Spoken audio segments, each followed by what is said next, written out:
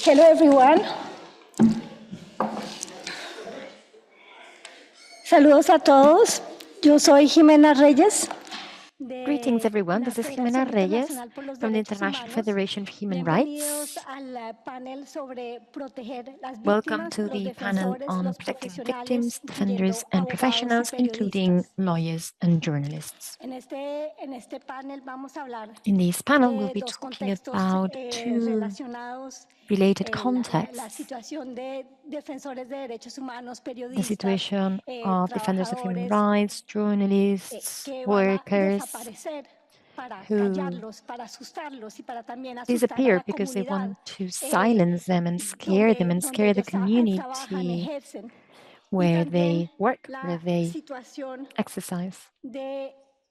And also the situation of the families of the missing, who are also victims, defenders who support in the area of enforced disappearance, who receive threats and are harassed. How can we protect all of these people? So we will start, as in the other panels, we will have two sections.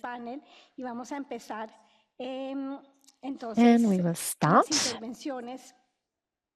with the presentations with Linda EKHOLM. Is a policy officer at the External Service Human Rights Division. She's a senior human rights expert for the European External Action in Brussels, and she has over 20 years of experience in the range of human rights related to issues of all kinds, and has worked in the Foreign Ministry of Affairs of Finland. Thank you. So the first question I wanted to ask you is about the role of European delegations. A lot of people in the room, in their own countries, have the presence of European delegations in the countries. What is their role in terms of protection of human rights defenders, of victims of enforced disappearances? Maybe if you can start by introducing this subject, please. Mil gracias, Jimena. Just let me start by also expressing our solidarity with all the victims of enforced disappearance and the organizations also in this room, human rights defenders, lawyers, and journalists that continue, despite the very hostile environment, to seek for truth and justice. And for the EU, human rights are not really a policy choice. They're really legal obligations stemming from our treaties. So our delegations around the world, they have a very, let's say, good mandate, solid mandate to work on human rights issues, including enforced disappearances. So to do outreach and advocacy towards the duty bearers, but also support the work of the families of the victims, with human rights defenders and national human rights institutions and organizations. And we have quite an extensive toolbox at our disposal. And beyond, for example, accompanying you in events and gatherings and organizing different things together, we do issue public statements on emblematic cases, for example, where we have the permission of the families and the legal representatives. We also give statements on the more sort of general context, so on impunity, attacks, harassment, torture of human rights defenders. We do trial monitoring and detention visits. We visit detention facilities, which can also be of support to families and victims. And we see also with the rise in enforced disappearances in peaceful protests, for example, in the context of elections, that our electoral monitoring missions can have, at least to some extent, a preventive role to play. I really want to stress the human rights dialogues that the EU has with governments across the world. So last year, for example, we had dialogues with more than 40 governments of different regions. And this is really a space where we bring up individual cases of concern to us that has been brought to us by families and by human rights defender organizations. But we also discuss broader structural issues, challenges when it comes to human rights on impunity, accountability, discrimination and violence, etc. And beyond that, of course, with the permission of the families and the legal representatives, we can engage in direct dialogue with authorities in the countries. and raise our concern over these cases. And here I should, of course, also refer to the EU Special Representative of Human Rights, who is a high-level envoy who does this for his main work as he travels the world. The EU's Protect Defenders program should be mentioned. It's one of our most direct and effective human rights tools to protect persons at risk. And during the 10 years that it has now been operating, it's supported more than 82,000 persons at risk. And last year alone, we supported over 10,000 human rights defenders, relatives, and communities in more than 100 countries. And finally, I also want to point out, of course, that enforced disappearances, as we've discussed, thrive in the context of impunity. So the EU does also offer technical assistance and support to governments so that they can ensure access to justice, legal assistance for victims. And we also engage with those who are interested and willing on police and broader security sector reform to ensure that law enforcement is compliant with human rights. Thank you. And maybe to go further on that, how do you articulate concretely those guidelines with families, victims, human rights defenders on the ground? And also if you could make some recommendation on how this could be improved? Yes, indeed. So we do have regular exchanges with human rights defenders in the delegations, also in Brussels, and of course our member states do as well. And we've heard and we understand that victims and families, human rights defenders, they face new challenges, and our toolbox is also not set in stone. So to give you an example, we're now working strongly on the emerging threat of online attacks, for example. This is something that's been on the rise in the last few years. And we, for example, issued guidance for online platforms with clear recommendations on how these platforms should improve protection for those working on human rights. And we aim to have a dialogue with them in the coming months and years, of course, to ensure that they establish concrete measures for protection of human rights defenders that are targeted online.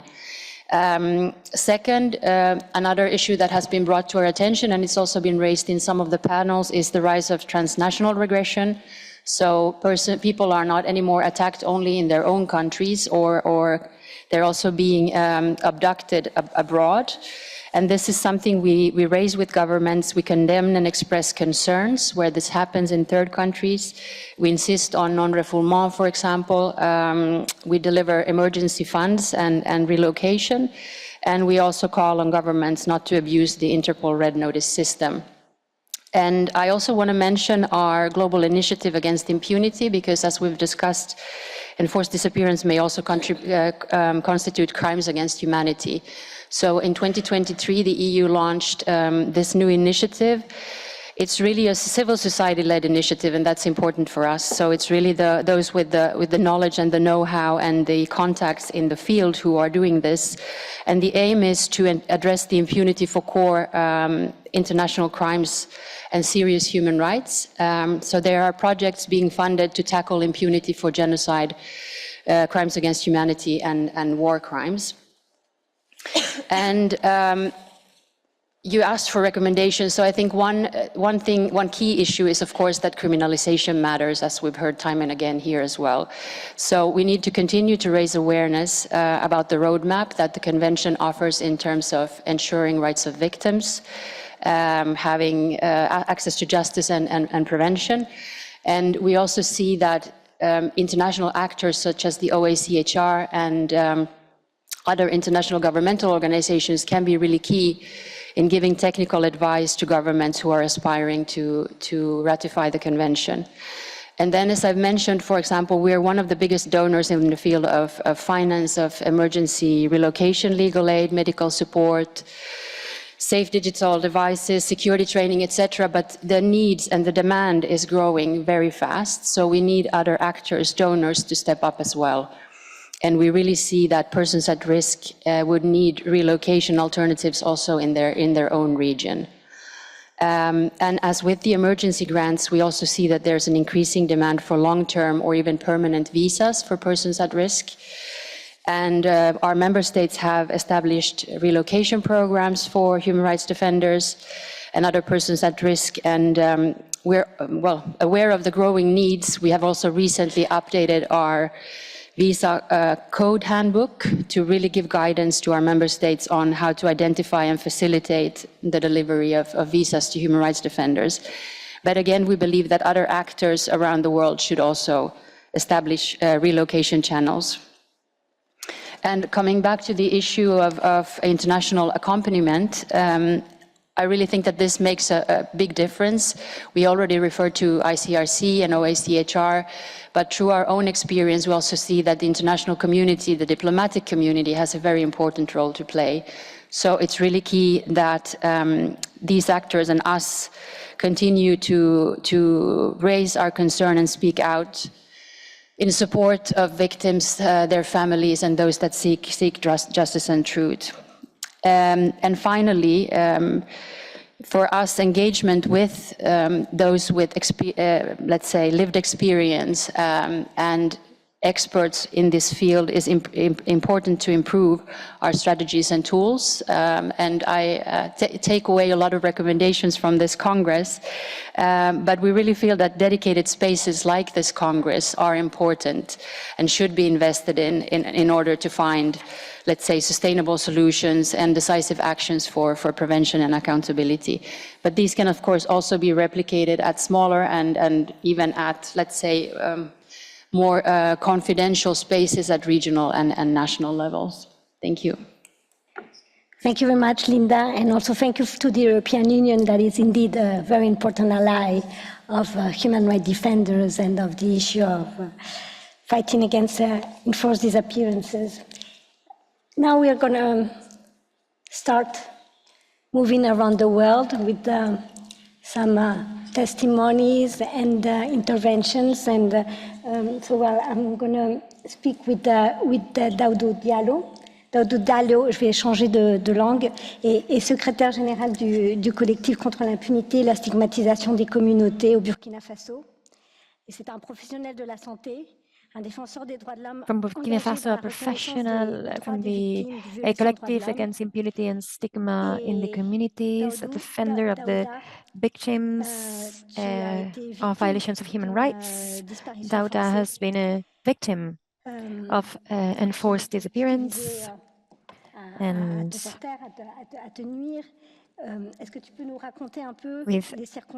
with the aim of hurting you. And so can you tell us about the circumstances of this disappearance and what are the main needs, the main challenges for the people around you? How was this for them at the time of this disappearance? What are your recommendations? Well, thank you. Thank you all. Thank you to the organizers of this event. This Congress is very timely and appropriate because the current context in the world is very complicated with a lot of violence. And I come from a Sahel country, from Burkina Faso, which is a country which is highly affected nowadays by political violence. There's a lot of armed rebellion by violent groups, and this is a country where 25% of the schools have folded, almost 40% or more of the territory is controlled by violent extremist armed groups. So I come from a country which is marked by an extremely challenging context. And the question of the defense of human rights is considered to be a taboo. It is considered, and anyone defending human rights is considered to be as an enemy of the country, of the nation. Is taken into consideration the degree of degradation in the situation. There were 2 military coups in less than 8 months in my country. With the arrival of the military armed forces to power, we continue to register too many cases of enforced disappearances. So as of today, we have documented more than 100 cases of enforced disappearances.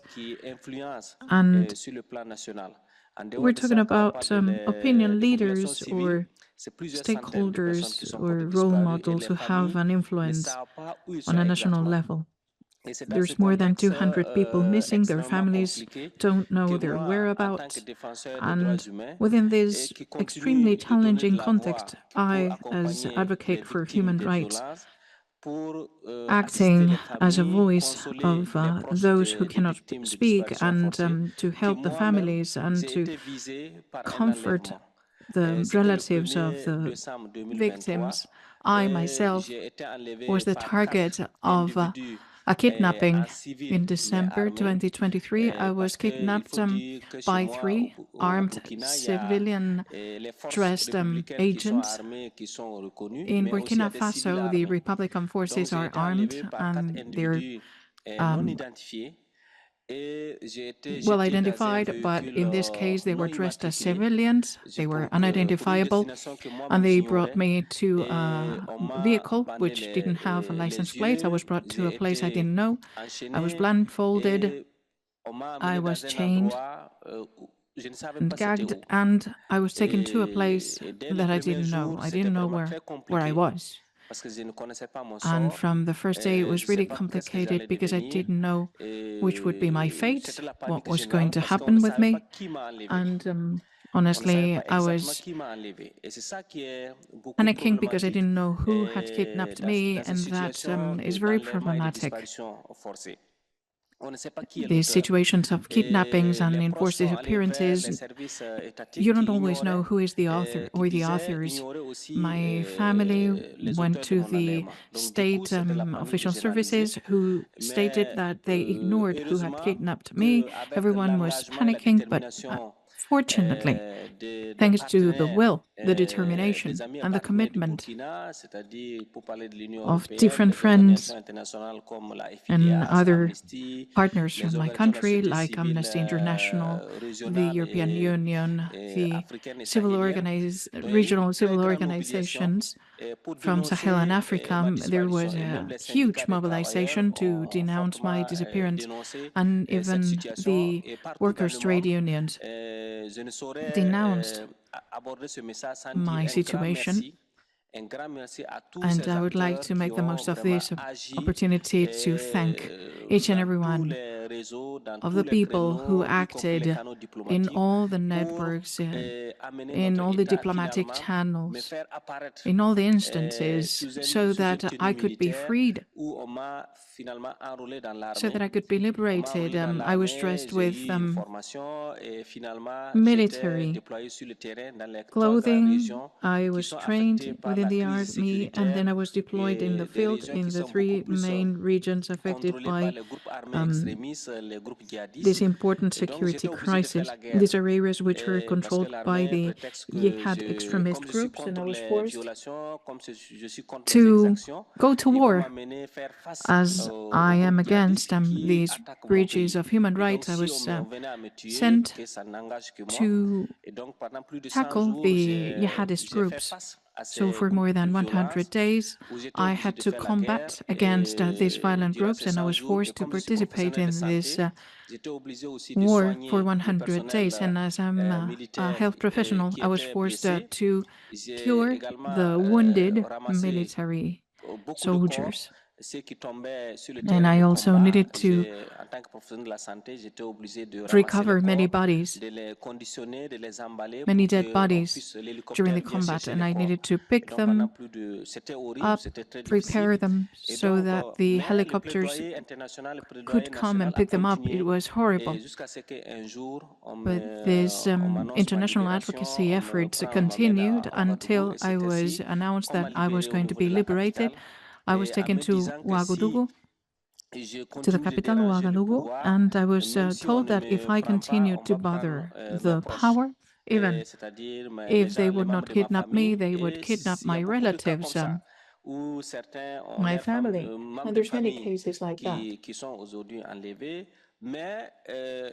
Many relatives are kidnapped, and that happens in a very complicated context because this regime, which is in power,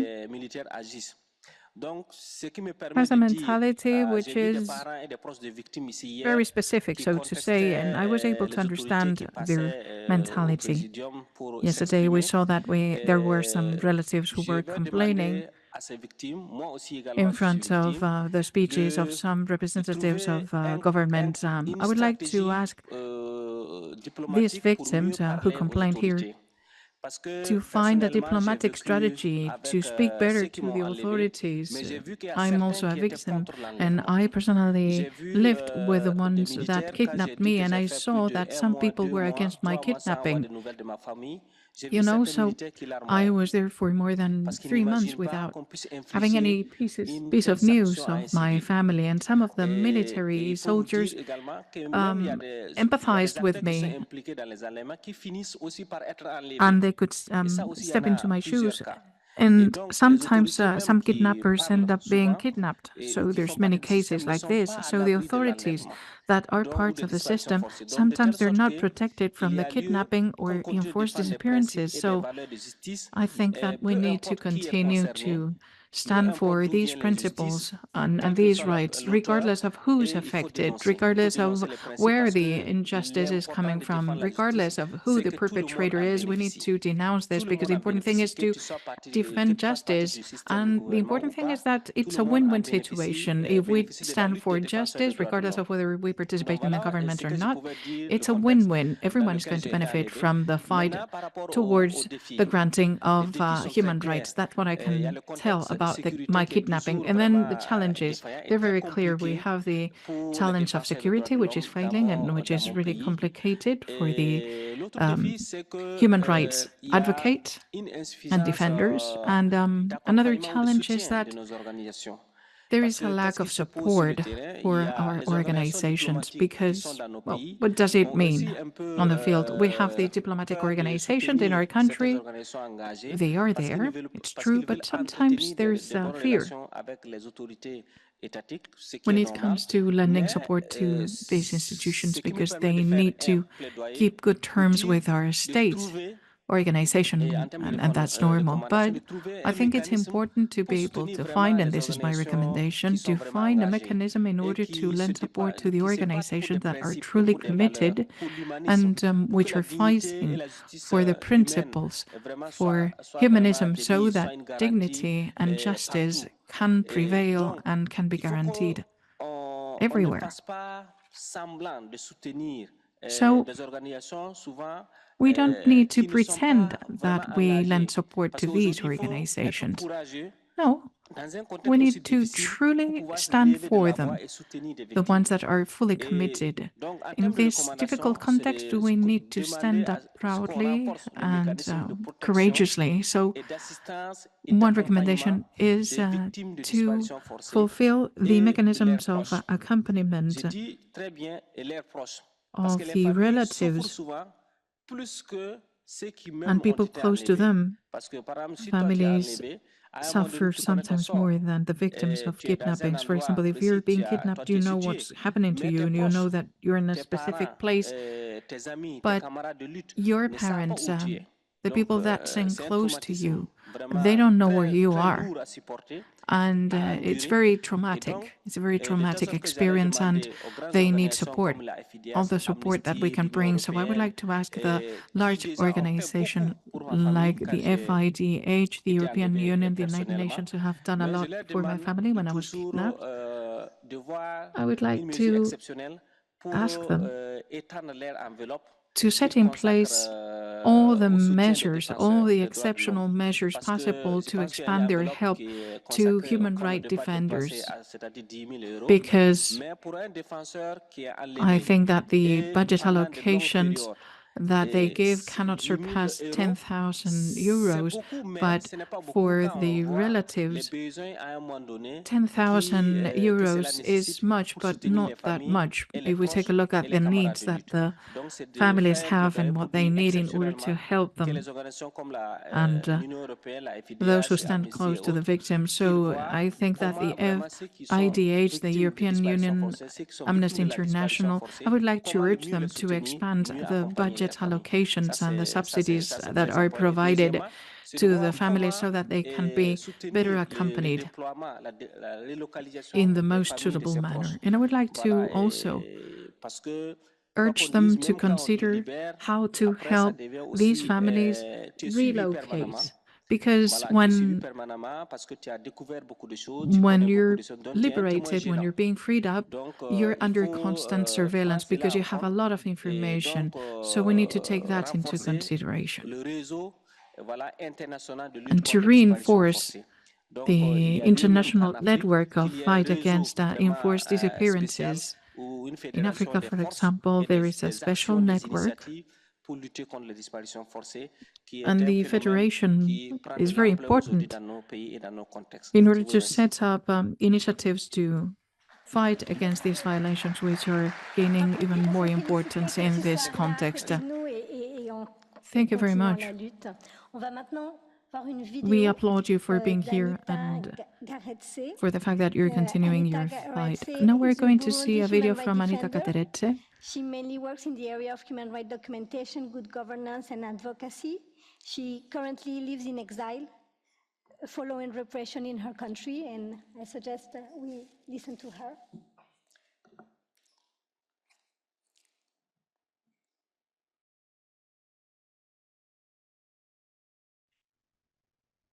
Bonjour, je m'appelle Anitha Good morning, I'm Je suis une Anitha activiste GATERETSE, burundaise, coordinatrice nationale de la coalition Tournons la Page-Burundi. of Comme the la human plupart rights des fight in activistes Burundi. burundais, As the je vis en majority, exil like the suite majority à of la the répression activists, et aux I live in menaces the qui pèsent exile because of actuellement the sur threats les défenseurs des that we droits humains dans have mon pays. as human rights defenders in our country. How does Je it suis involve concernée me, par la the matter problématique des of enforced disparitions forcées, disappearances? Well, it car c'est affects un me crime because récurrent it's au a very Burundi. important crime Ce in my crime a country. It is a touché des crime that has proches et des affected voisins de mon people close to quartier, ce me, qui m'a people from my beaucoup neighborhood, affecté. and it L'accès à has la justice est mon affected combat me a de tous lot. les And jours.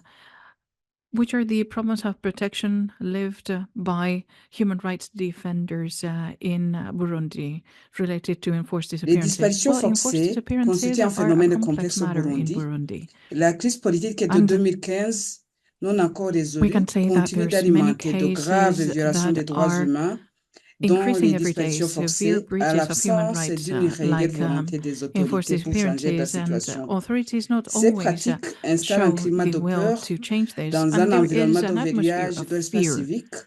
La in a société very civile complex sur le terrain context. a Civil peur ou n'est society pas indépendante, is tandis qu'il fearful, y a des victimes qui ont peur and de they are dénoncer afraid ouvertement to les auteurs par denounce crainte de représailles.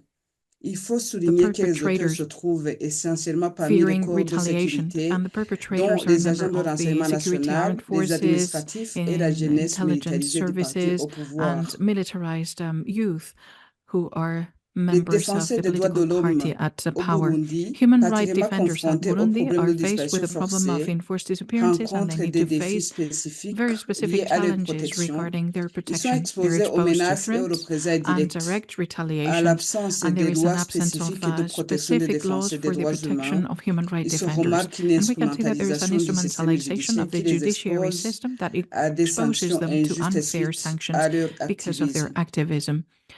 Which is the recommendation you would give in order to better protect human rights defenders against enforced disappearances in your country and in the world? My recommendation in order to better protect human rights defenders against enforced disappearances in my country and in the world would be to reinforce the protection systems through the support to the national, regional, international structures of security and protection of human rights. And we need to strengthen the alliances among activists on an international level. And I hope that you have fruitful exchanges and that you adopt good resolutions for the eradication of enforced disappearances all around the world. For those answers, I suggest now that we turn to Violetta. Violetta FITSNER is a human rights lawyer and a board member at Memorial Human Rights Defense Center. Memorial Human Rights Defense Center was established after the Russian authorities forcibly dissolved Memorial Human Rights Center in Russia For years, Memorial has been working on grave human rights violation in post-conflict areas, including cases of enforced disappearances, and including North Caucasus.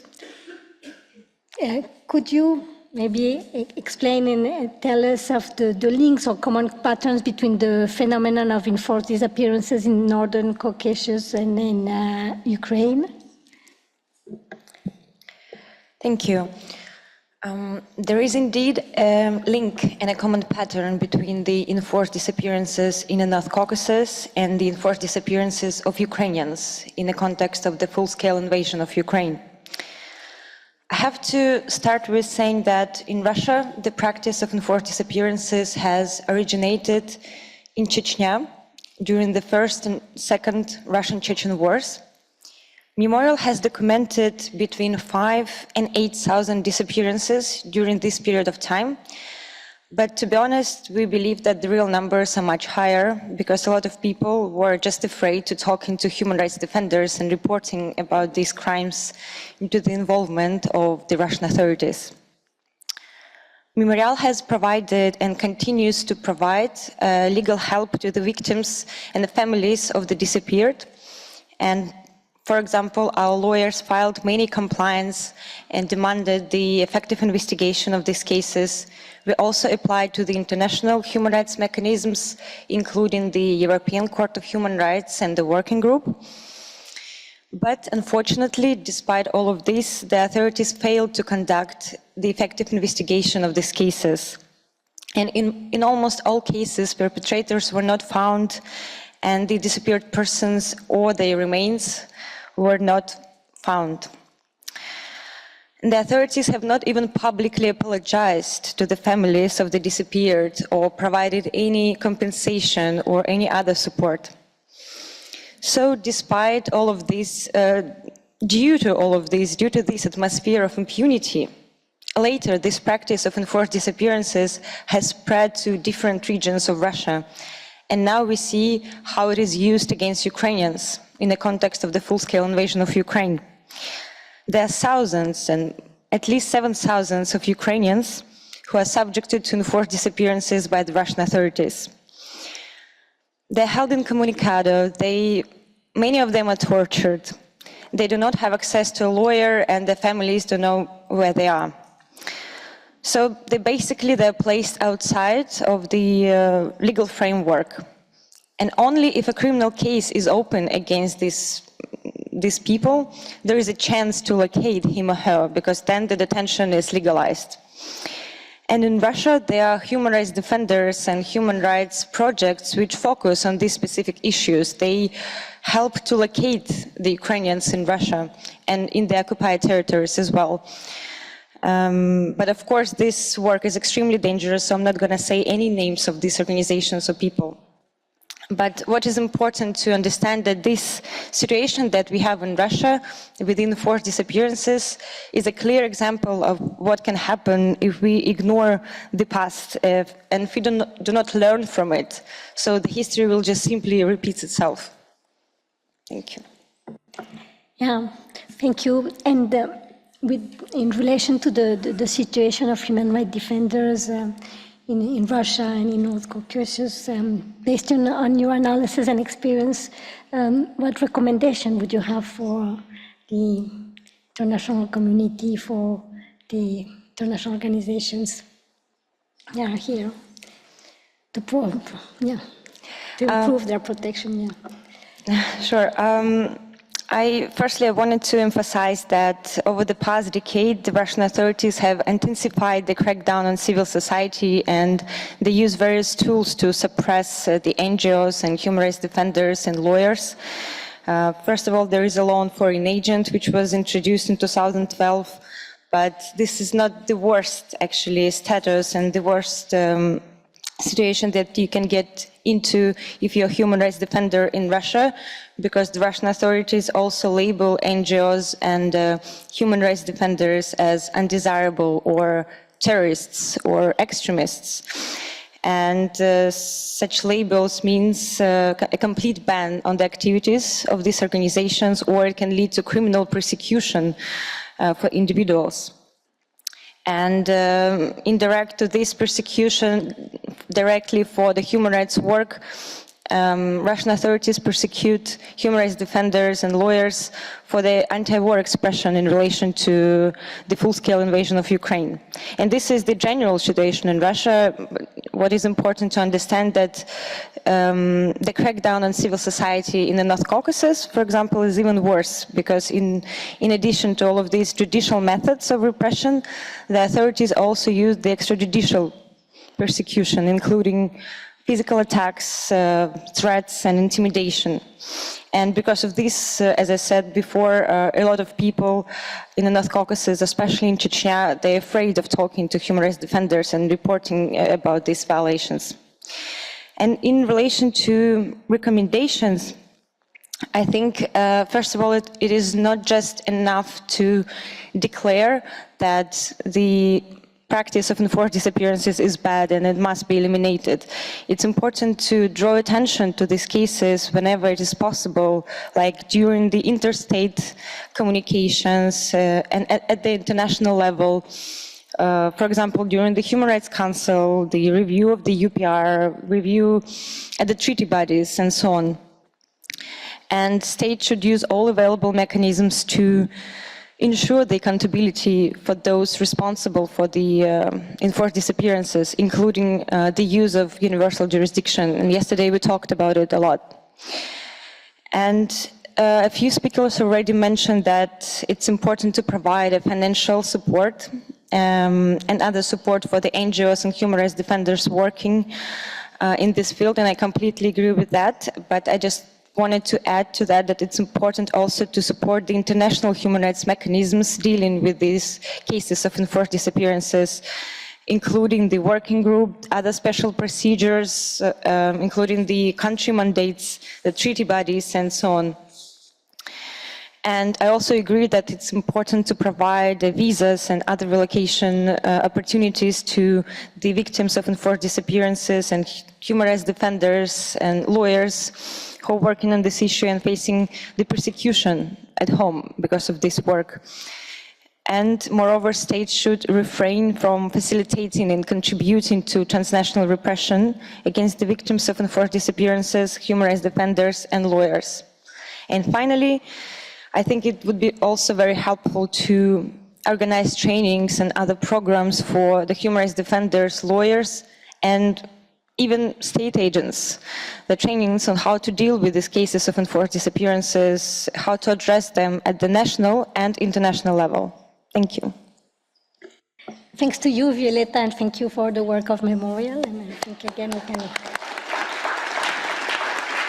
So we are now going to move to the second part of this panel. So I'm going to ask the colleagues that have spoken to give space to our further panelists. And so we already have Graciela and Andrea here, but if Antoine could come along, and also Mortaza. Thank you. Tu peux rester si tu veux. C'est bon. Tu peux rester si tu veux de la place.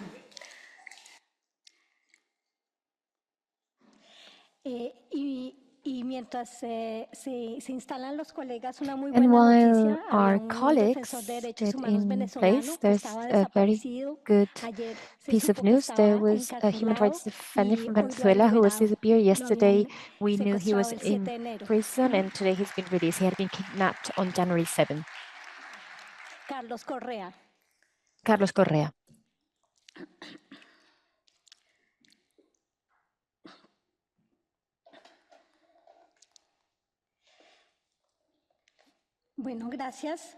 Okay, thank you. We will continue with this discussion now with Graciela, who is regional head of campaigns for the Americas in Amnesty International. They've been working for 15 years defending campaigns, initiatives to promote the defense of free speech for all defenders of human rights. So, Graciela, a first question. You're working specifically on standard protection standards of women who search for the missing in the Americas. So what are the foundations of that? Why is it important to promote the right to search? Thank you very much, Jimena. Thank you very much for having Amnesty International here in this Congress. It's very interesting to listen to the experiences of other persons in this panel. Just to give you some context, last year in August, we presented or we launched a campaign of women who search, Searching Without Fear was the title, with the aim of having women who search for the loved ones can carry out their task without the fear of retaliation. Last year, we presented a series of reports in that context, focusing precisely on international standards of human rights.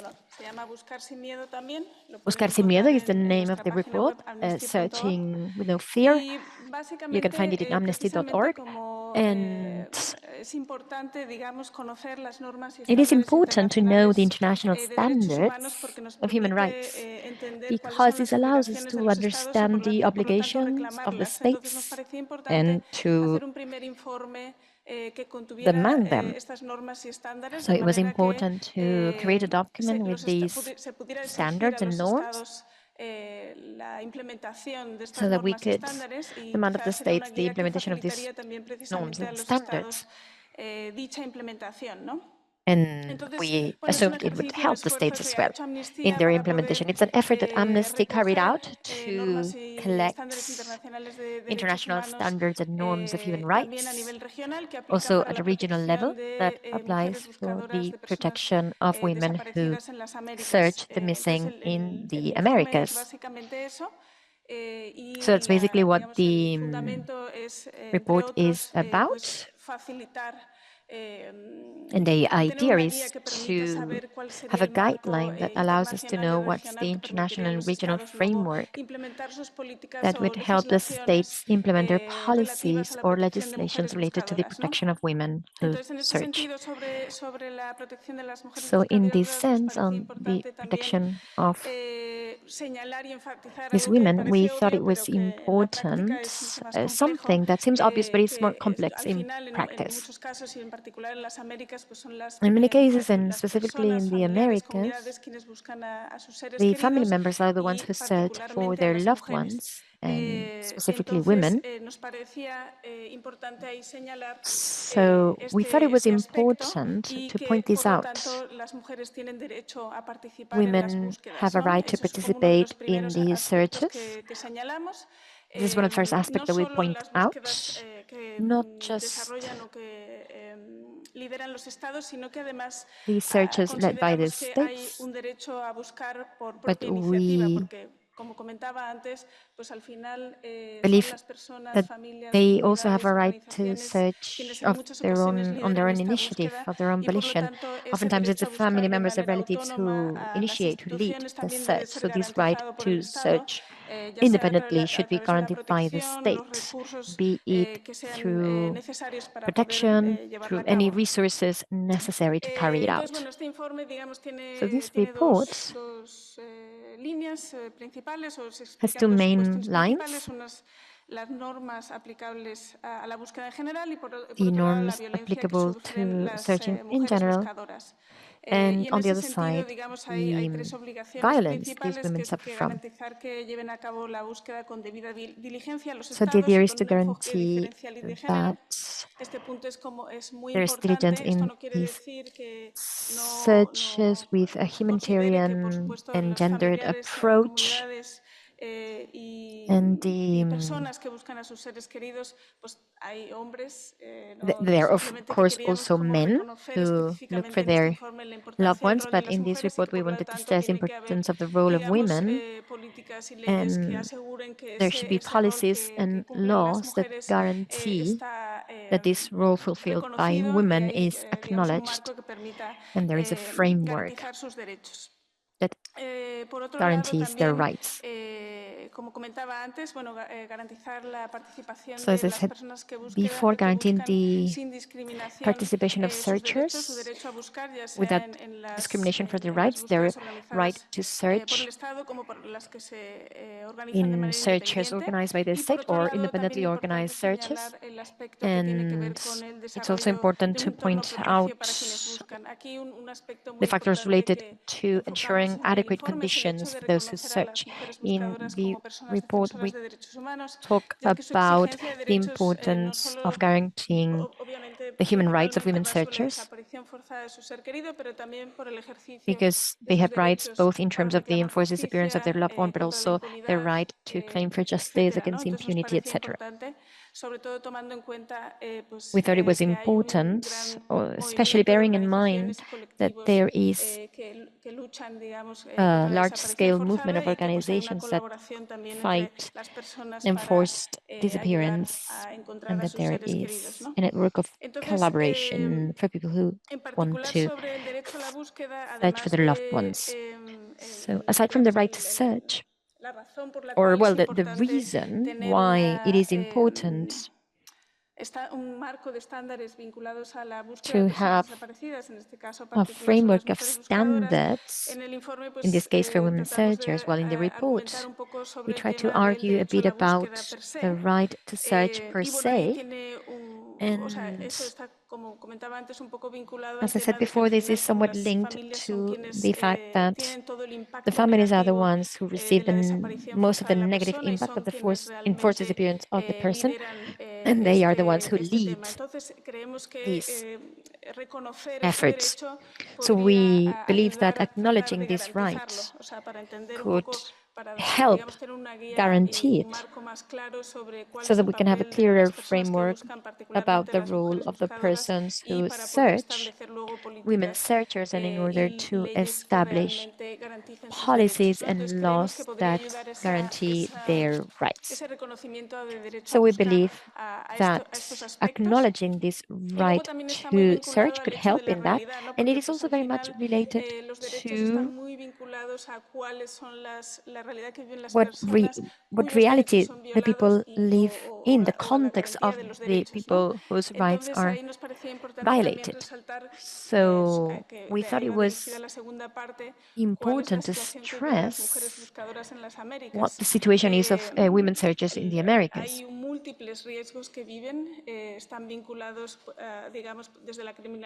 There are many factors. There's criminalization, stigmatization, violence, specifically gender-based violence. Here we try to point out the role of women searchers. There's murder. There are multiple types of attacks on them, not only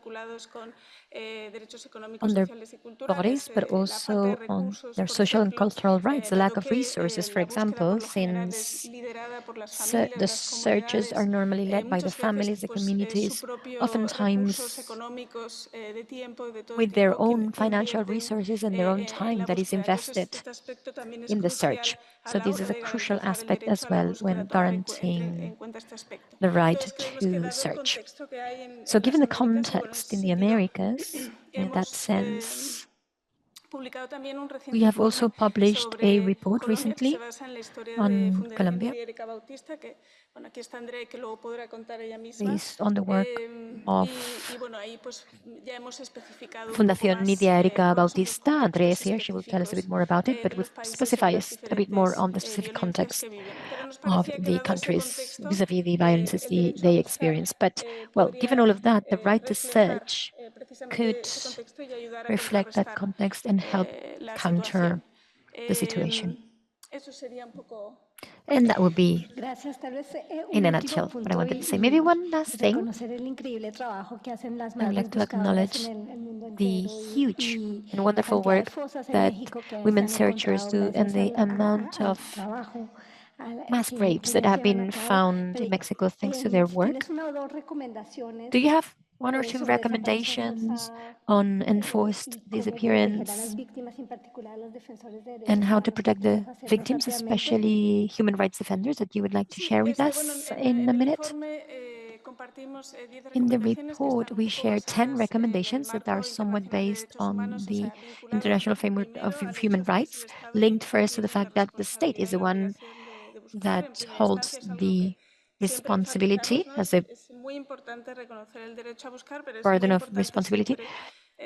So acknowledging the right to search is very important, but it's also very important to remember who holds the obligation, and also participation of searchers in the searchers, and establishing adequate conditions for those who fight for human rights. So our recommendations are along those lines. And amongst other aspects, we recommend to acknowledge, to recognize the right to search. We encourage states to recognize the right to search, but this does not excuse them of their obligations to search themselves. And guaranteeing the rights of women searchers, abstaining from any sort of attack on the searchers, and on the specific case of women, everything related to gender-based violence. And we also thought it was important to stress within the recommendations, guaranteeing that families who have been forcefully displaced can also participate in search processes. This is very relevant. Oftentimes, women searchers are at risk and they need to travel to other parts of the country or exile. And then there is the matter of people who have suffered from enforced disappearance in a country that is not their own. And this is related to practical aspects, such as having a visa or resources to travel. And finally, specifically about the guarantee to access resources to maintain decent living conditions. Oftentimes, the missing person is the provider of the household, and this also leads to the fact that there's a lack of resources, and at the same time, the search means using a large amount of resources, and so the states should make sure that this does not impact decent living conditions. Now we will listen to Andrea Torres. Andrea Torres Bautista is a lawyer at the Fundación Nidia Erika Bautista for Human Rights, an organization of relatives of missing persons and forced disappearances. Nidia Erika Bautista disappeared on August 30th, 1987, and the organization represents more than 500 cases of enforced disappearances and sexual violence in certain regions of Colombia. And regarding the right to search, Colombia has taken strides with the law for the protection of women searchers. So maybe you can share with us what's been the rationale of this law and where we are in Colombia in this regard. Well, thank you very much. The law for the protection of women searchers, let's say the main goal was to acknowledge the role of women searchers as peace builders and displaying the violations of human rights that they had suffered from during their searches. The main motivation behind the law was shedding light on all of these violations they had suffered from. First, structural impunity on the violences against women searchers, threats, persecution, harassment, going through sexual violence, the prohibition of freedom, forced displacement. Many of these crimes are not punished legally, and also also violations of social, cultural, and economic rights and mental health rights. Women searchers in Colombia have been abandoned by the state. They have not had a right to a home, to healthcare, because they've devoted their lives to search. And they've also supported a burden that should be a burden of the state. Their work has not been acknowledged and even less remunerated. Many of the searchers are elderly. They have no access to healthcare. They cannot even dream of a pension when they've devoted their entire lives to the search. So this law was a way of considering them peace builders, recognizing them as peace builders, because they focus on the rights of others without looking at themselves. And doing this, we were able to acknowledge them as victims, and their duties became rights. So now we have that law, and in terms of challenges, well, the law comes with several challenges. Implementation of the law comes with several challenges. First, the necessary effective articulation between institutions and meeting of their duties. The law establishes the creation of a registry that leads to the characterization of women searchers, identifying their needs and conditions. This translates into political will. The second challenge that we encounter is the budget. Institutions always present it as an obstacle to meet their obligations. And the third and main one is having the law be effective in an environment of impunity where enforced disappearances continue to happen and women searchers become victimized again. Was Colombia the first country to pass a law on women searchers? Is a country flow? Yes, it's the first law of women searchers in the world. So it is a milestone that is an achievement of women searchers. And as a relative of a missing person, can you give us any recommendations that you would like to give to institutions, organizations, as to how to better protect? Well, first, we need to design effective strategies that allow us to go above and beyond impunity, to stop impunity. We also consider that it is important to have spaces for legitimation and acknowledgement of the role in the struggle of women searchers, shedding some light on their role within searchers. In Colombia, we've determined that the ancestral and cultural knowledge of the women searchers is key to find the missing. Also designing protection strategies that are gender-based and that can respond to their needs in their role as searchers. Normally, women searchers carry out their task in rural areas that are difficult to access, in complex spaces such as fields, rivers, and even seas. Thank you very much, Andrea, for your words, for your testimonial, and for this glimmer of glimpse of good news amongst a sea of bad news in terms of enforced disappearances in Colombia.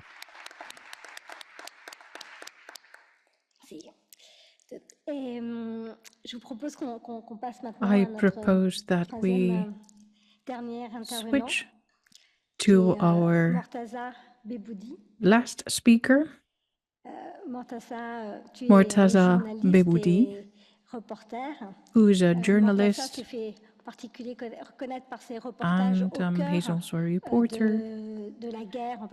He has become well known by his pieces on the Central War in Afghanistan. He was captured by the intelligence services of Afghanistan in January 2023 and released in October 2023. His work has been acknowledged with awards. The Bayeux Award for war correspondent and another award in 2024. So the first question would be regarding the problems that journalists go through regarding enforced disappearances. What can you tell us about it? Okay, good morning to you all. Thank you very much. Yes, after the return in August 2021 of the Taliban, each day, every week, female activists and journalists disappear in Afghanistan. Now, with the return of the Taliban, there is no NGO nor international organization that can research, that can investigate on the field, because these investigations are banned, and they cannot do anything regarding enforced disappearances. And I'm talking about Martin women who disappeared and who were arrested by the Al-Qaeda network. They were tortured and raped in prisons. And no investigation has been conducted because there is no independent NGO in Afghanistan, so this yielded no good result. And with respect to my case, in the framework of the enforced disappearances in Afghanistan, unfortunately, we don't have access to justice. For several months, I was arrested on the 7th of January 2023. My parents, my family didn't know where I was, why I had been arrested, and they didn't know who had arrested me and who held me. For 3 months, they didn't know anything. And the information service of the Taliban didn't know that I was arrested, that I was detained like this. So imagine the anguish of my relatives. They didn't know whether I was alive, whether I was dead. It was really frustrating for them. On the one hand, we have the states which are blocking also the media coverage. And in the case of France in fact,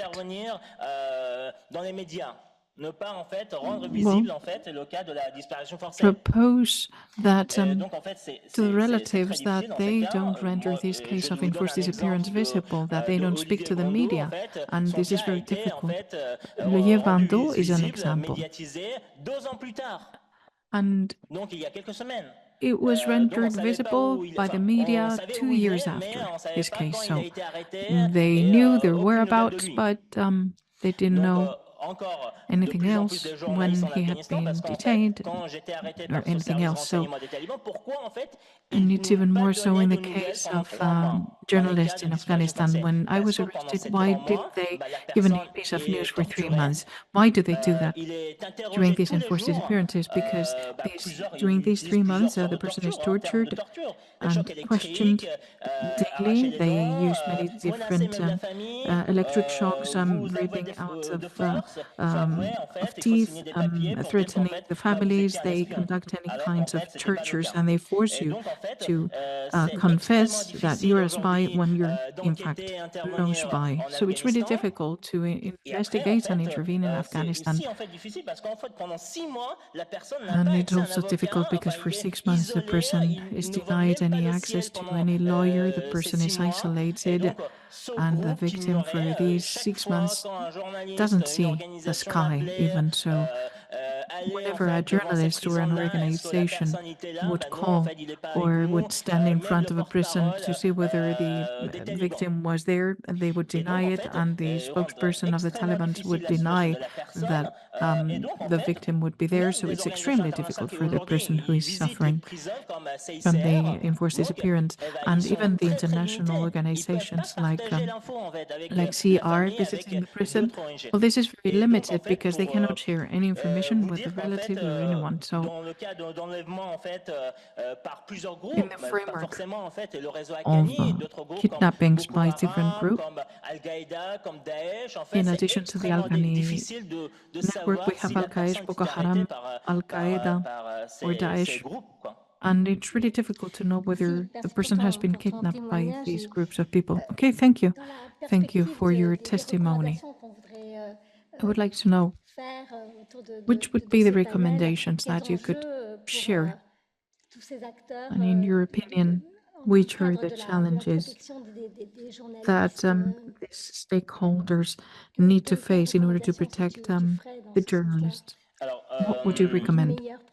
Donc en fait aujourd'hui les groupes comme j'ai nommé terroristes comme Boko Haram comme le réseau Terrorist Al-Qaïda, groups like Boko Haram, et d'autres ils sont bien the connectés, ils Al-Qaeda sont sur les network, réseaux or sociaux. the Daesh Taliban networks are really well connected. They're in social networks, in Twitter, X, Facebook, they're everywhere, and they're also monitoring the local media. So it's crucial for me to have media intervention. In my case, this saved my life. For 3 months, there was no piece of news about me. Several media in France and other media, reporters without frontiers, mobilized, and they saved my life. That's what saved my life. For 3 months, I was tortured every day to make me confess. And the Taliban agent from the intelligence services told me, look, we cannot kill you today because you're on all TVs. You are the foolish person appearing on the TV. And he said that to me while he was beating me up. And they were angry because they could not kill me in that center. So media attention is of the utmost importance. That saved my life, because just like in the case of enforced disappearances, these terrorist groups take a look at the social media, and when they talk about these cases, they're more fearful and more careful, and you can save someone's life. You can reduce the tortures inflicted on the person, and you can also find out whether that person has been arrested by this terrorist group or not. For 3 months there was no piece of news, and then they said, yes, we have arrested him because he's accused of espionage. He's part of the resistance group and with ties to the French state.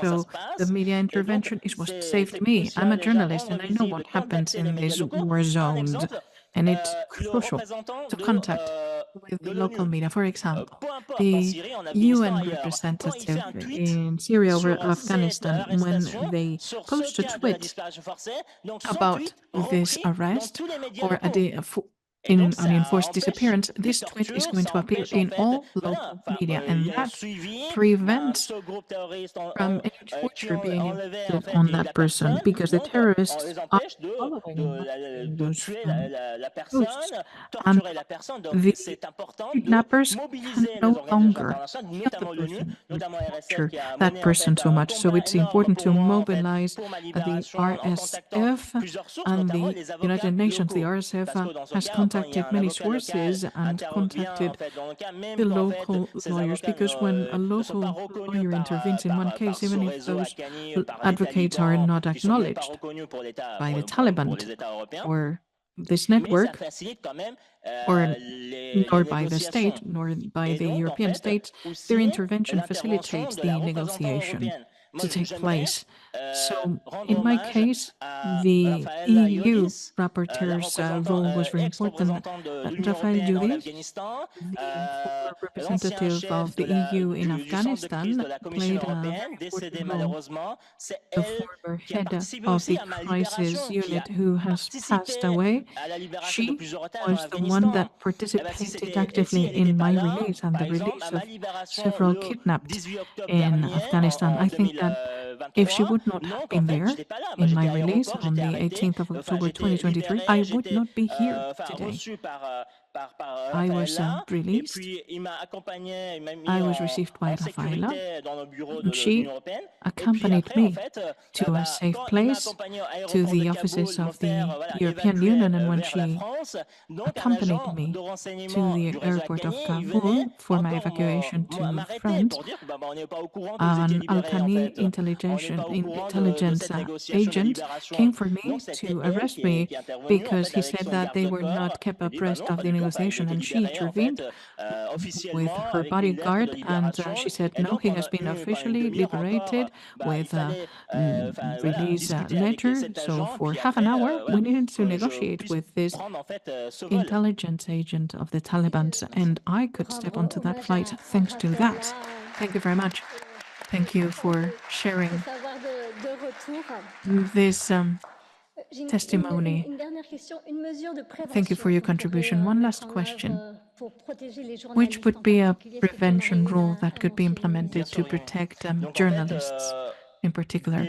Yes, of course. I would dare to say that several international organizations like the UN or Reporters Without Borders, well, they need support regarding enforced disappearances. We need support after arrest or after release, because the released person requires a lot of help. Psychologists, psychiatrists, I needed that after my release, and 10,000 euros is nothing. It's peanuts. You need to go to the hospital. You conduct psychological, medical reviews and checkups every week. You need to go to the psychiatrist, and you need to be reintegrated into society and to do your job again. In the case of Afghanistan, after their release, journalists are being accused of collaborating, and they're stigmatized by society, and they say, well, you have been arrested, so there's no work for you, They're stigmatized. And as there is no embassy, you cannot be evacuated from Afghanistan, so it's really difficult to go back to work. So we need money, and we would need to create an emergency fund to fund this visit to the doctor, the psychologist, the psychiatrist, and to provide with professional attention for the reintegration. This exists in France, but not in developing countries, nor in Afghanistan or Burundi. So we need a fund. We should create a fund. I don't know who should do that. Maybe the European Commission or some other international organizations like the UN, in order to be able to help organizations like RSF, among others, to assist and accompany these people who have been released. Okay, so I suggest that we give a big round of applause to all panel speakers, all the people who have intervened. Thank you for your courage. Thank you for your work defending the victims of enforced disappearances in this fight against enforced disappearances. Thank you very much. Also for sticking to the time allocated, because this allows us to give the floor to the audience to pose any questions, and then we'll have the conclusions by Antoine. Would anyone like to pose a question? Well, we're going to move to the questions. I see many raised hands.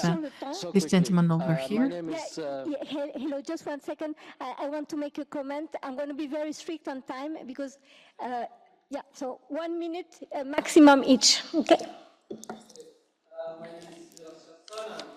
Yemeni journalist and writer. I'm a guest writer in City in Bern and representative of Writer in Exile Committee in Bern International and for the 6 cantons in the Swiss Romand. I used to be in jail myself, as I've been kidnapped in a book fair 2014 in Egypt. As a journalist, been in jail, and from my experience and the way how I get out from the jail and what's happening after the jail, it was more difficult to deal with the situation. But I always have a question when we go outside from this, we always try to find a fund and help for the people in after or before or between. But always the radicalism or the people who always banned it from opening bank account or opening or they are not legal, they always got the guns easy, but the pen always gets broken. So it's easy to break the pen, but it's hard to break the gun. So the process, we are just try to save the fish after she go outside to the outside of the sea.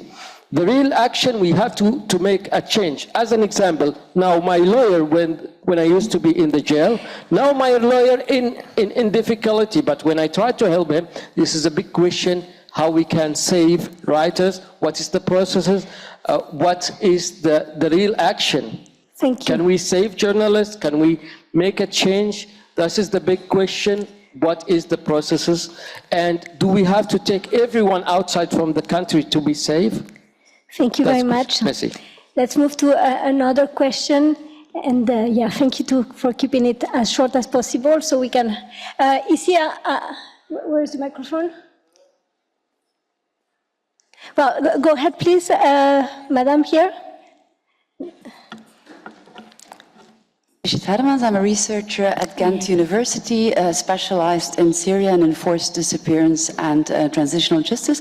I have a question for Ms. EKHOLM from the External Action Service, and maybe a question, recommendation. The European Union has, of course, several instruments with regard to protection of human rights defenders, and also considers that enforced disappearance, of course, is a crime which has huge ramifications for countries and human rights defenders in countries it is working in. So my question, and also maybe a recommendation, is to what extent does the European Union consider strengthening its work with regard to enforced disappearance, also knowing that the families of victim groups, etc., plead for more than just sympathetic policies and statements, etc. So will there be a special instrument, a policy instrument dedicated to strengthening the work around enforced disappearance? Thank you. Thank you. We have the lady here, please.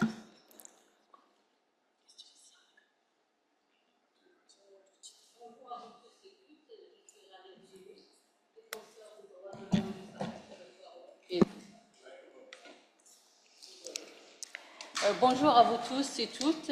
Je suis Ralia Jimmy. Thank you, Ralia Jimmy. I'm a survivor of enforced disappearance. My mother has been disappeared since 1984, and I disappeared between 87 and 91, and after my release in 91 until now, I'm human rights defenders in the occupied territories of West Sahara, occupied by Morocco.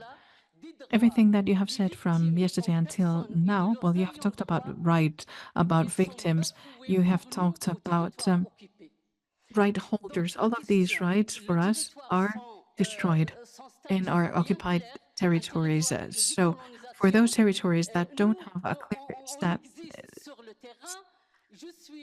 statute, well, we exist on the field. We're colonized, and I'm here standing in front of you to ask for the countries that provide with political support to Morocco and who are part of the community on enforced disappearances. I urge them to open a dialogue with Morocco, because we don't even have victims association, in spite of the fact that Morocco acknowledges us as victims of enforced disappearances, but they don't allow us to have victims association. And I'm really touched to see what victims can offer to find their relatives. Since 2010, I am in a report on the internet, and it says that my mom has died, but our king has never told us anything. And after this report of 2010, we have been neglected, we have been forgotten. Since her disappearance, we don't know anything about her, but now they're being recognized in a report. They're being recognized in a report without talking to us. We have provided with all the information so that they could move forward in the investigation, but they don't talk to us. They don't tell us where they are so that we can bury them in a dignified way. So please, we need to make a distinction. And in our case, we have our territory, and it's a differentiated territory. Thank you very much for your time. I feel too frustrated. I'm getting older and I'm really frustrated. Thank you very much. My organization expresses their solidarity with your people. We're going to give the last floor for the intervention. Commiserations to the lady here, and I completely agree with her. I think we need to have a clear distinction between the victims of an occupation like myself. I come from Indian occupied Kashmir with over 8,000 recorded enforced disappearances, countless human rights activists who've been imprisoned, like Khurram Parvez, who used to be here highlighting the atrocities that have been committed by the Indian state machinery in Kashmir. Unfortunately, he's been imprisoned by the Indian government. Similar with Asif Khan, or the atrocities that the Indian government is committing across the borders, like our colleague Harbinder Singh, where the audacity of India was to violate the sovereignty of Canada and kill a human rights activist on the soil of Canada. What does this mechanism, what does this organization propose, how we protect these human rights defenders, one who do not have any legal framework, the state is oppressing them, the state is after them, killing them, there's no rescue, there's no aid, and what about the families? We're suffering abroad while we're living abroad in Europe. India is targeting the human rights activists in Europe. Our families are getting targeted and we've got nowhere to go. When we come to these institutes to report, this is our hope, that our message. Unfortunately, this year, when I came to this first conference that's been arranged on enforced disappearances, and I looked at the consultative report on Asia, I did not see India being mentioned in there. Is this a deliberate message or an oversight? What message are you giving to the victims of these occupational forces, that there's nobody to hear them? I completely understand that this organization may not be able to do much practically on the ground, but at least, please remember that you cannot omit the victims of these such occupationals. You are the voices, and you have to ensure impartiality, coverage for these victims is always there. Thank you, and here again, all our solidarity, and the FIDH has published a report on Kashmir and enforced disappearances. We can take one more. I think, I don't know where the organization, but I think we can take one more. And there's so many hands up. On the back, there's a green sweater person. Yeah.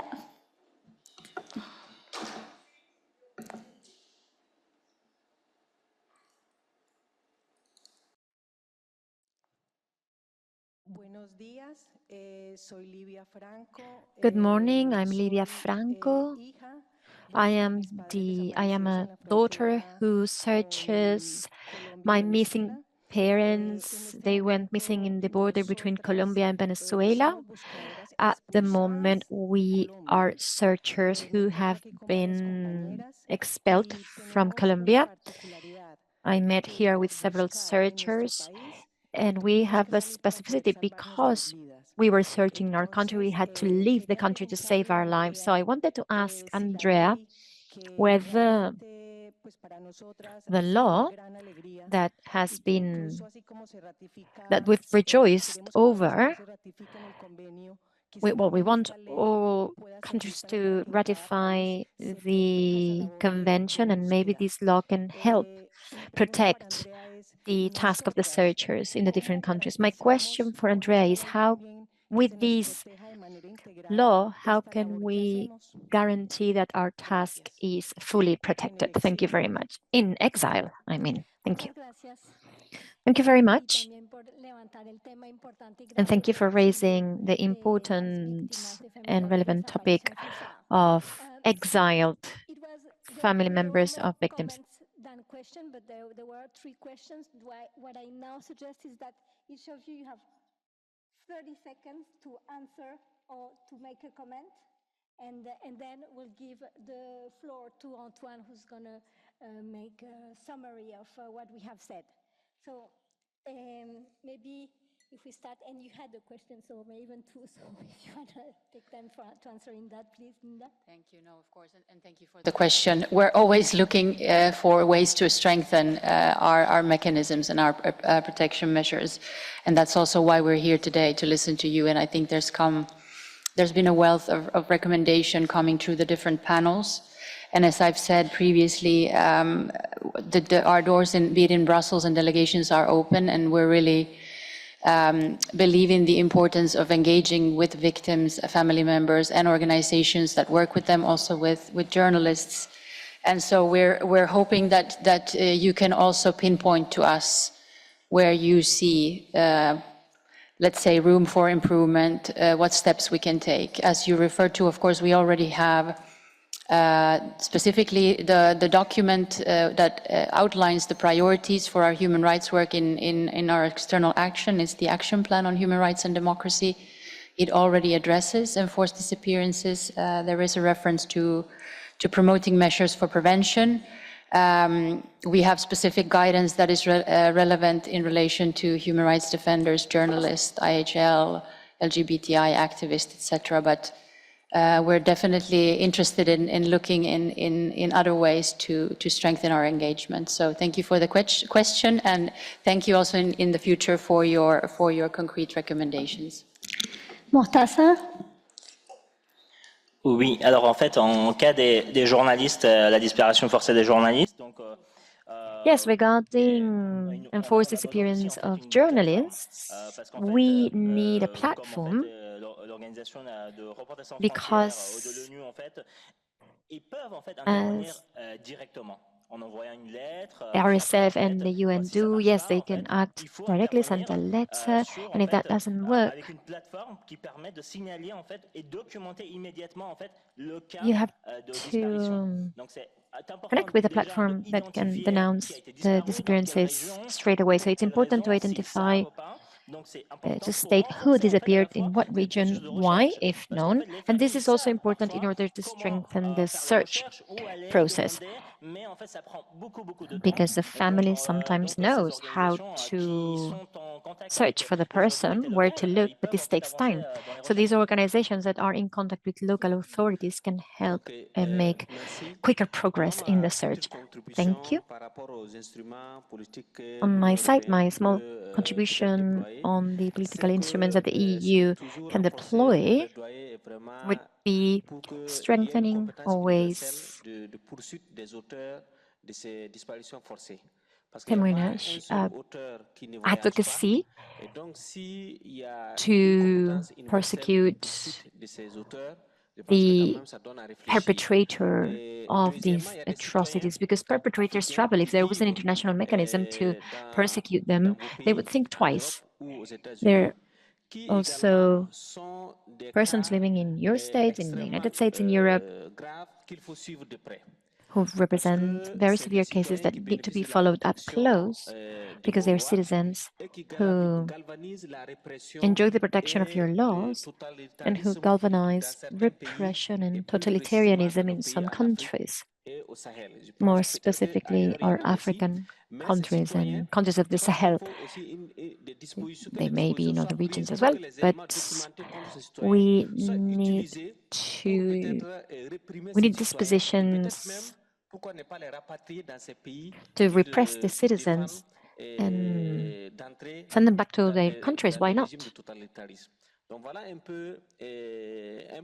We need legal provisions for that, for these persons who defend these totalitarian regimes. This is my call. I know there are many African and Sahel organizations who follow these cases up closely. Thank you. 30 seconds. Yes, thank you very much. I just wanted to stress that in this report, we talk a lot about the gender issue, the role of women, but especially there are other aspects that are relevant in defining what is the international framework of human rights and the regional framework in the case of the Americas that is applicable. And there are other aspects that are more related to the socio-economic status, race, country of origin, and the fact that there may be minors or elderly people who are involved in the search. So there are other frameworks that should be taken into account in order to guarantee that the rights of women searchers are absolutely guaranteed.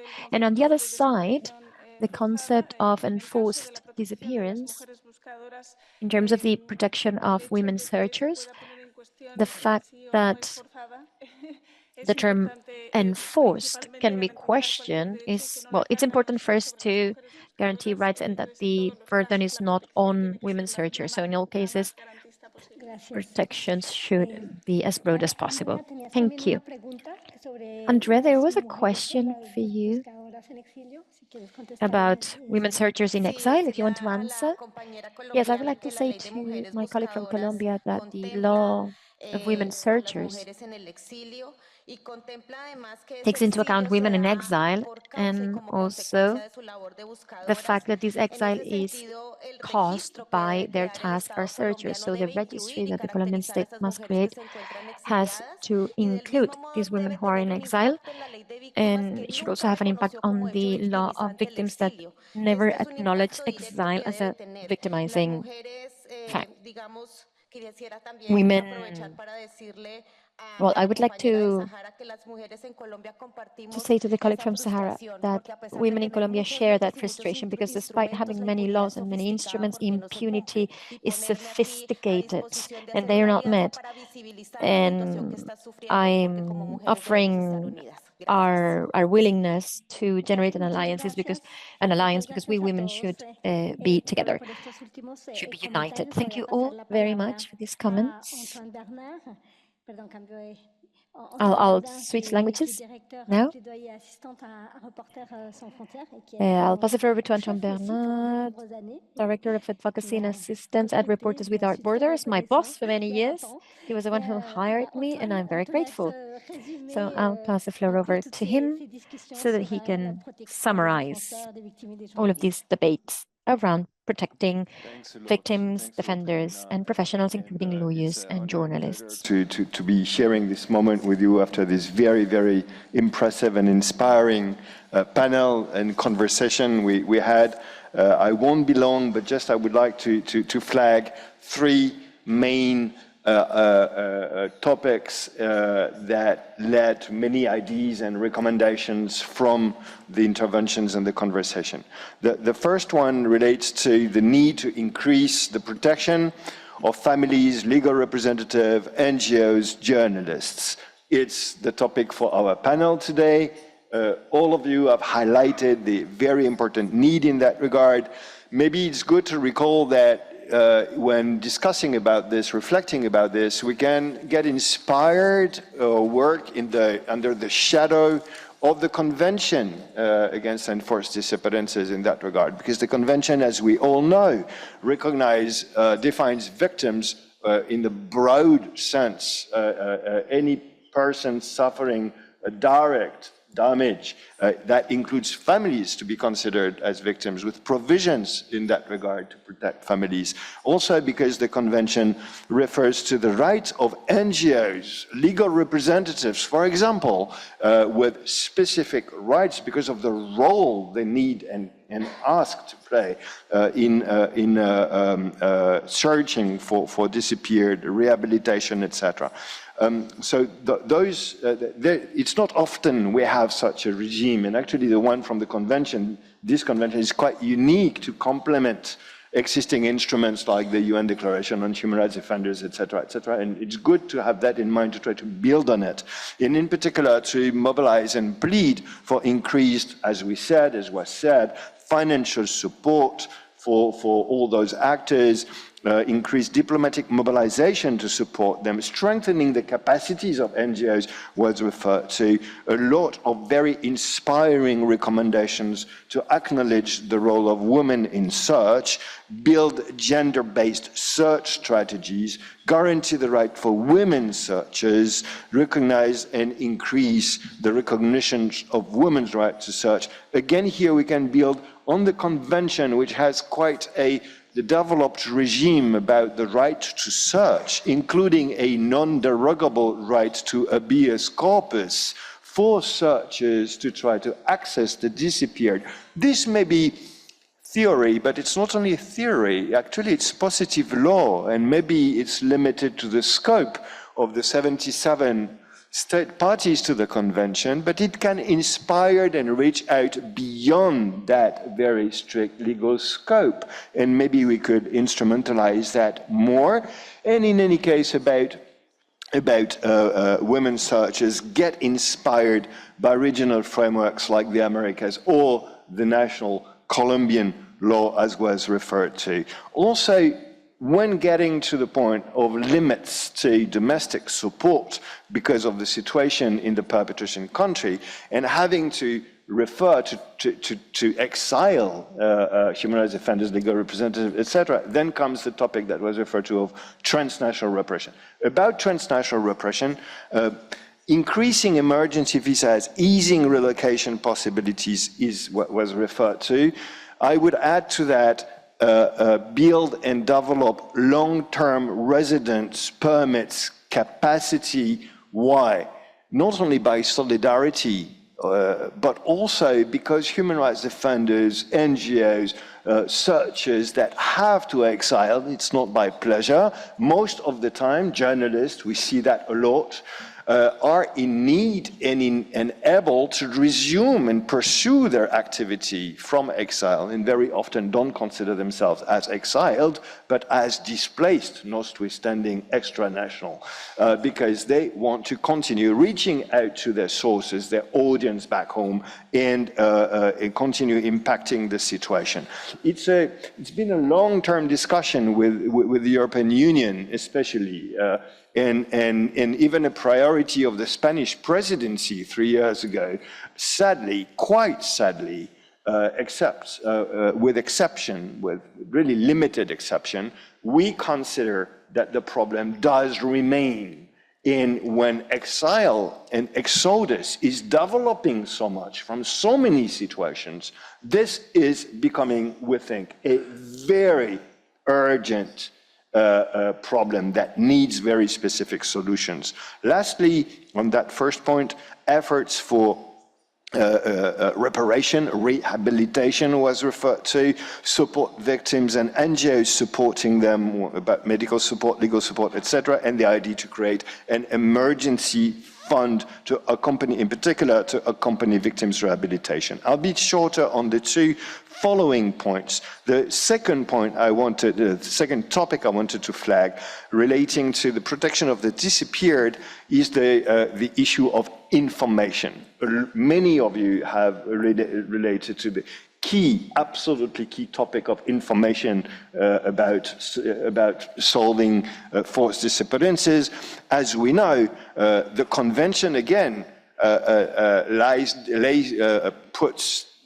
defines a right to information, and that also is very new, and a right to access information for the victims, but also broadly defined, and also for anyone with a direct interest in solving disappeared situation.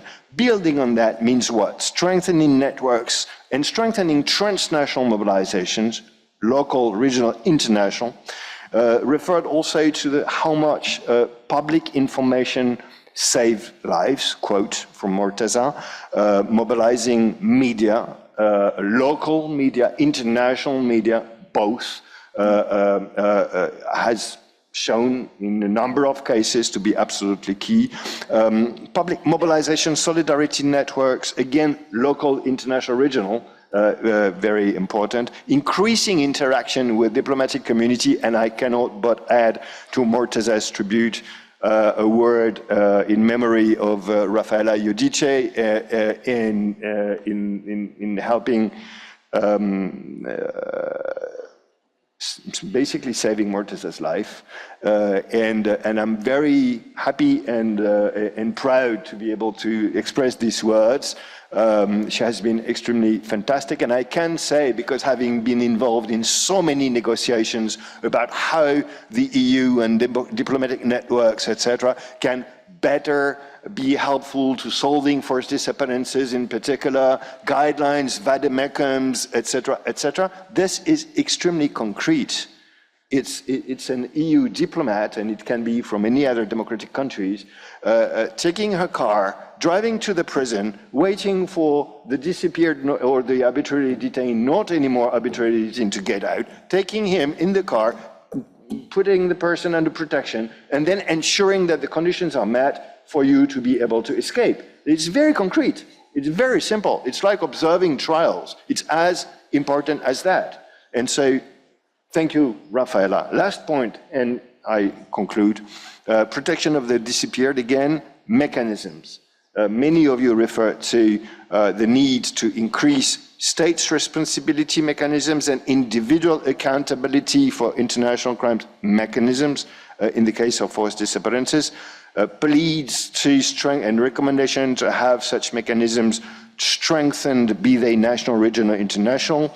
One very important reference was made to the fear of reprisals by families, lawyers, NGOs in domestic context when resorting to protection mechanisms, and accordingly the need to be able to address that when the fear of reprisal is so much that it will self-censor resorting or activating recourse procedures. This needs to be solved. It relates to very concrete examples right now, and I'm thinking of Burkina Faso in particular, where we can see how much families, legal representatives are afraid of activating recourse procedures, not only domestically because unable and unwilling, but internationally because of the fear that it boomerangs back negatively. So having to address that is absolutely key.